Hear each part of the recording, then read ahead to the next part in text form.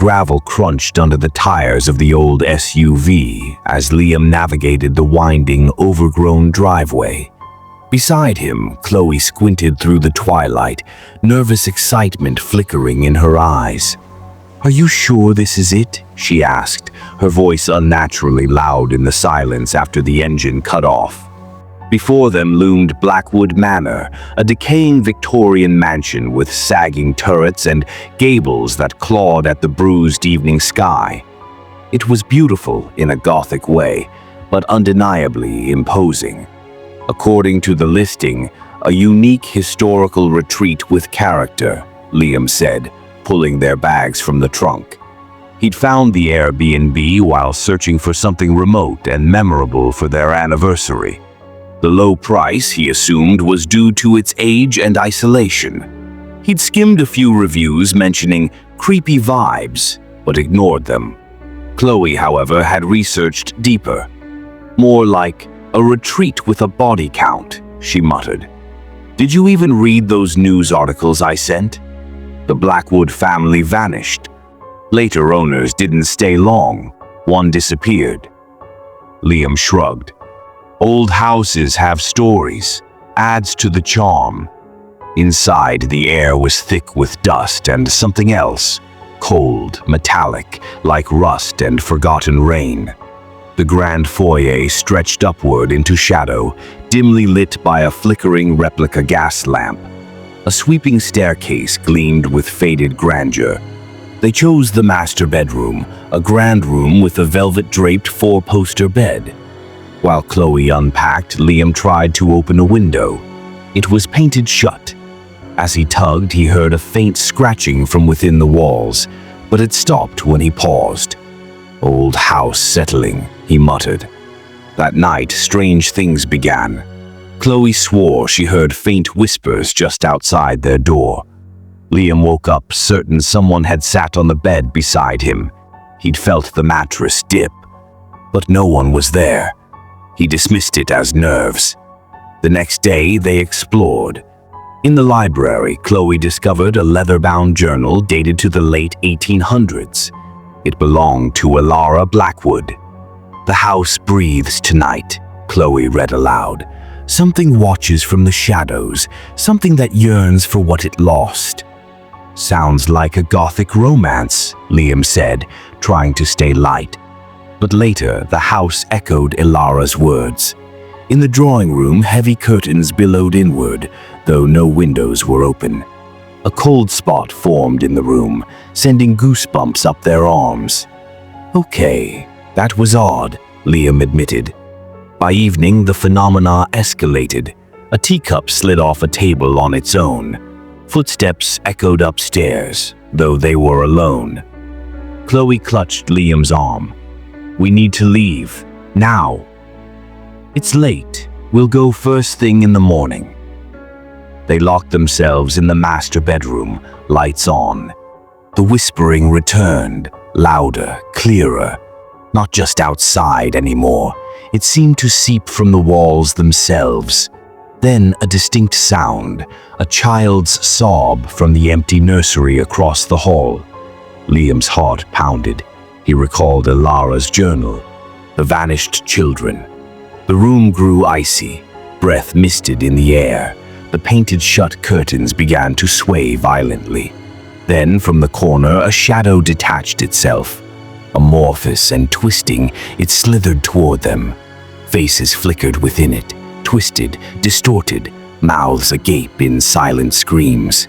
Chloe cried out and buried her face in Liam's shoulder. He couldn't move, frozen with fear.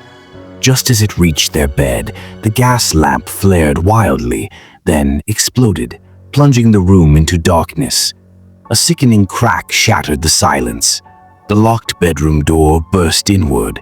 Icy air swept in, reeking of damp earth.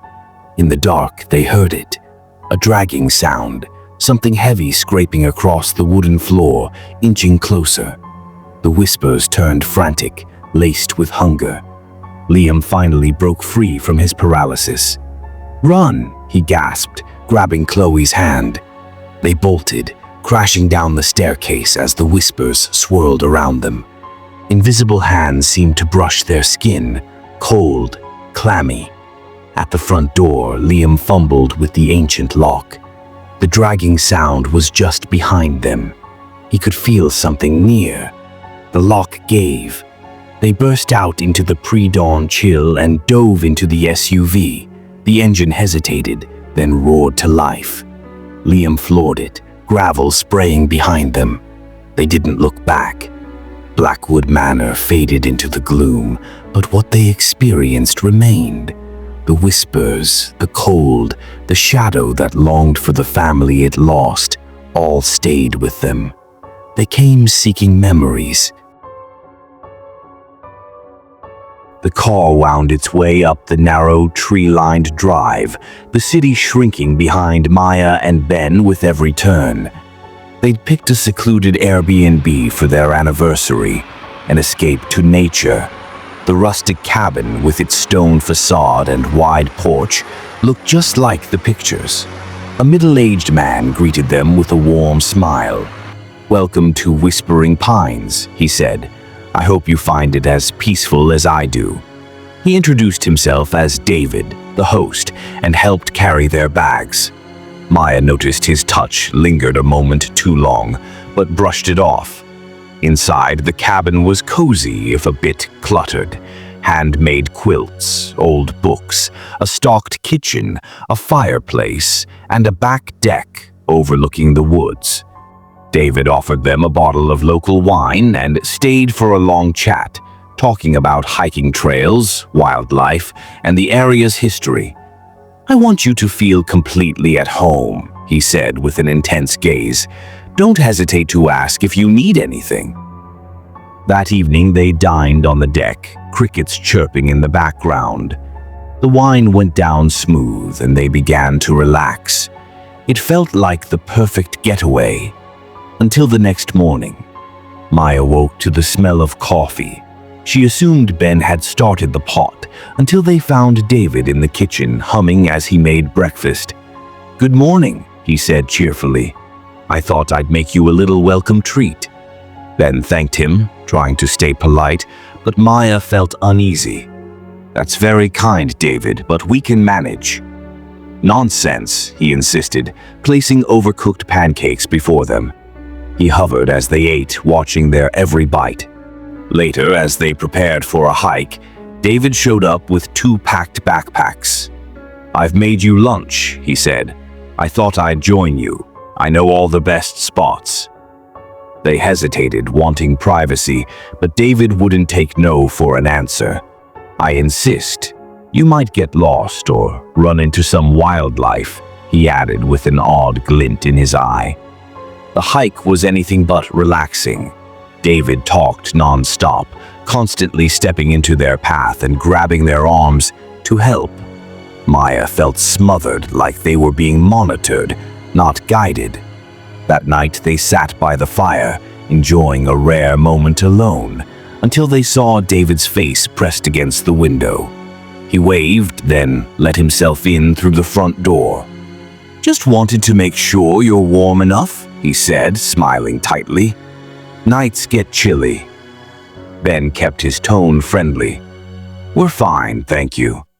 I could make cocoa, or read you a story. I have local folklore." "We're just going to relax," Maya said firmly. "We'd appreciate some privacy." David's smile faltered. A flicker of something dark crossed his face. "Of course," he said. "Just wanted to make sure you were comfortable." The next morning, they noticed their car keys were gone. They searched everywhere. When they asked David, he acted surprised. "Strange," he said, eyes darting. "Are you sure you didn't misplace them?" But Maya spotted a bulge in his pocket. "David," she said sharply, "what's in your pocket?" Flushing, he pulled out the keys. "I was just keeping them safe," he said. "Didn't want you to lose them in the woods." "You took our keys," Ben said, "without telling us." David's demeanor cracked. The friendly host vanished. In his place stood someone desperate. "I just wanted you to stay," he said.